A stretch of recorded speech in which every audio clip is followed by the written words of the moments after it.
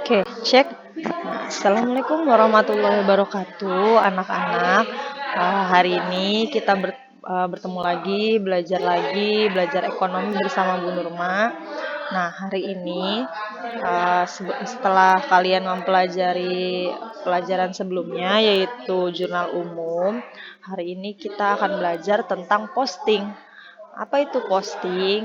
Nah, posting itu adalah pemindahan buku dari jurnal umum ke buku besar. Nah, cara melakukan posting itu yang pertama di sini kalian pindahkan dulu tanggal kejadian yang ada dalam jurnal umum ke lajur tanggal pada buku besar yang bersangkutan. Yang kedua, pindahkan jumlah debit atau kredit yang ada dulu di dalam jurnal umum ke lajur debit atau ke lajur kredit pada buku besar yang bersangkutan. Nah, jika menggunakan buku besar yang di saldonya, maka dia langsung dihitung saldonya. Yang ketiga adalah catat nomor kode akun ke dalam referensi. Nah, yang ref ya, tanda jumlah jurnal dipindahkan ke buku besar. Langkah keempat adalah catat nomor halaman jurnal ke lajur referensi. Yang kelima, penjelasan singkat dalam lajur keterangan di jurnal dan dapat dipindah ke lajur yang sama di buku besar. Nah, langsung aja ini contoh posting ya. Nah, sebenarnya dalam buku besar itu ada banyak sekali macamnya. Ya, yang ini yang Ibu contohkan hanya 2 bentuk ya. Bentuk T dan 4 kolom. Nah, sebenarnya ada banyak kolomnya ya untuk posting. Nah, di sini proses postingnya yang ini yang Ibu bold. Ibu contohkan satu jurnal ya. Jadi nanti kalian bisa mengerti. Nah, di sini ini kolom untuk jurnal posting bentuk T ya. Nah, untuk membuat posting itu dibuat berdasarkan akunnya. Nah, di sini saya membuat buku besar bentuk T akun kas.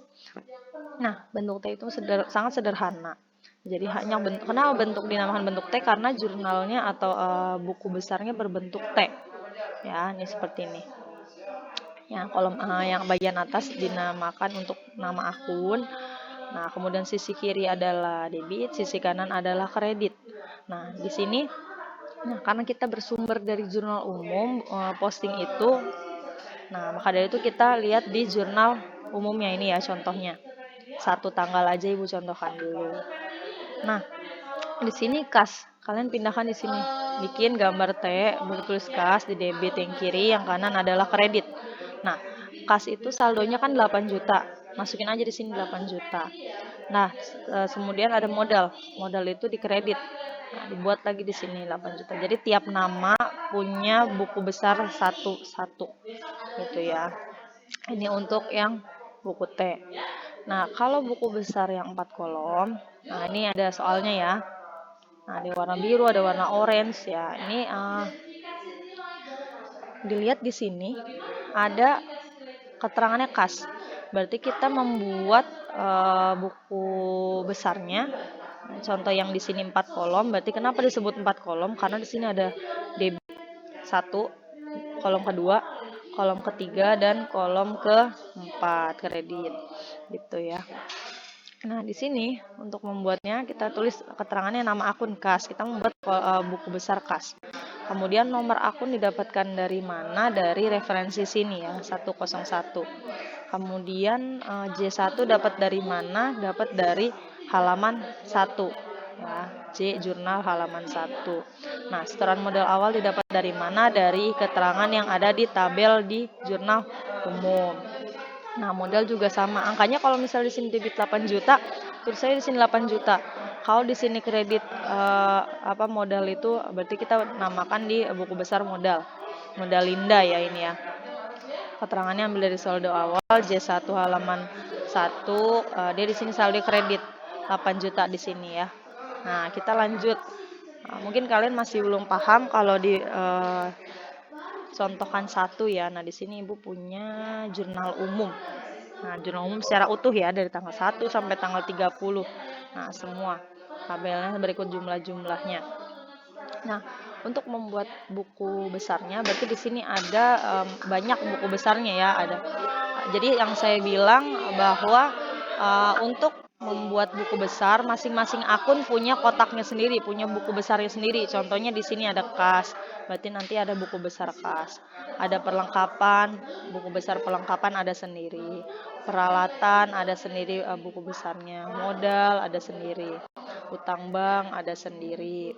Kemudian ada utang usaha, beda ya, utang usaha dengan utang bank tuh beda. Jadi kalian membuat buku besarnya juga berbeda.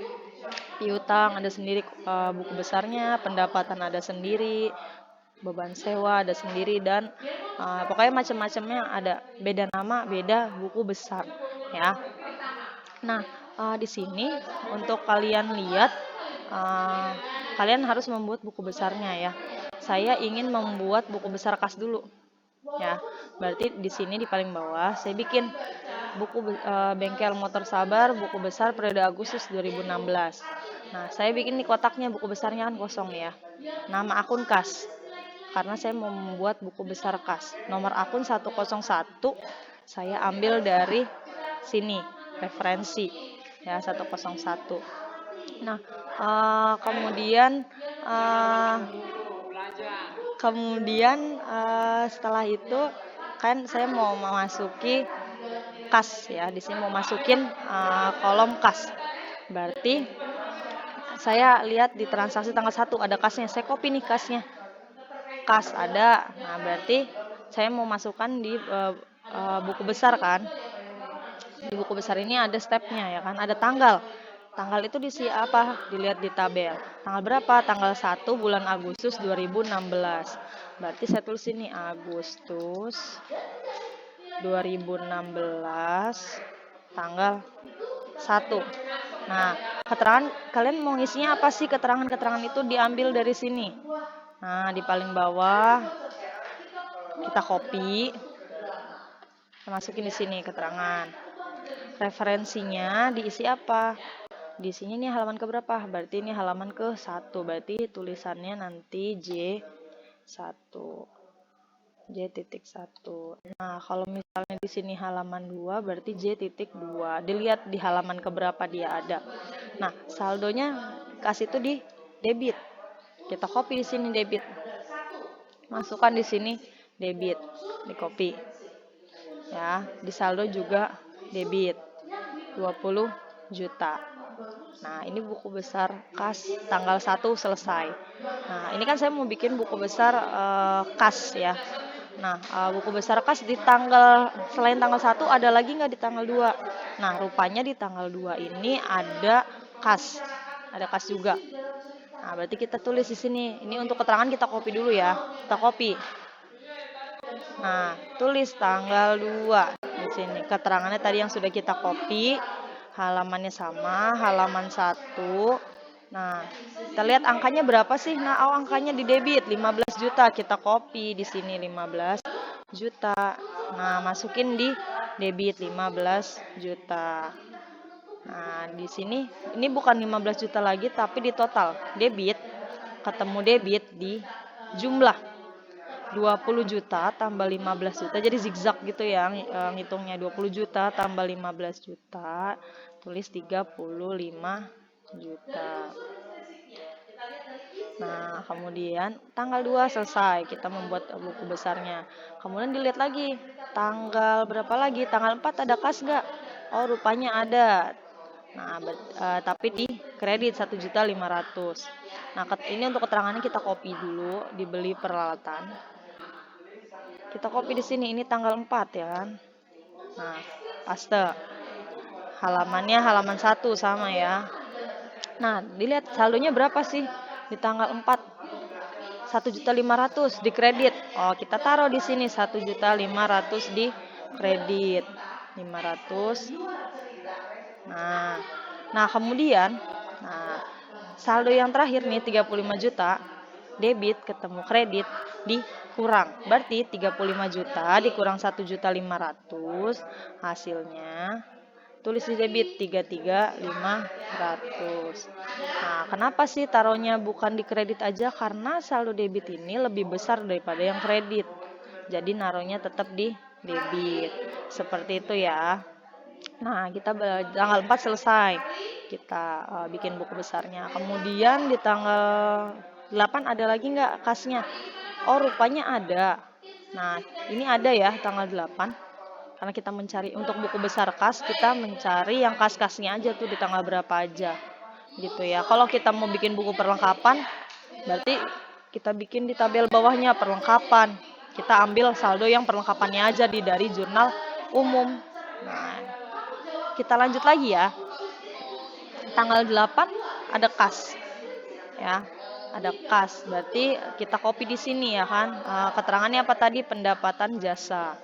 Kita copy di sini. Ya, untuk tanggal 8 dipaste di sini. Halamannya kita lihat tadi halamannya sama ya, masih halaman 1. Nah, tanggal 8 itu kasnya itu di debit ya. Di debit 2.250.000. Nah, di debit kita copy di sini di debit. Kita masukkan.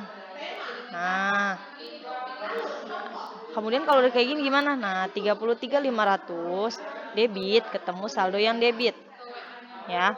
Berarti nanti hasilnya 35 berapa? 750.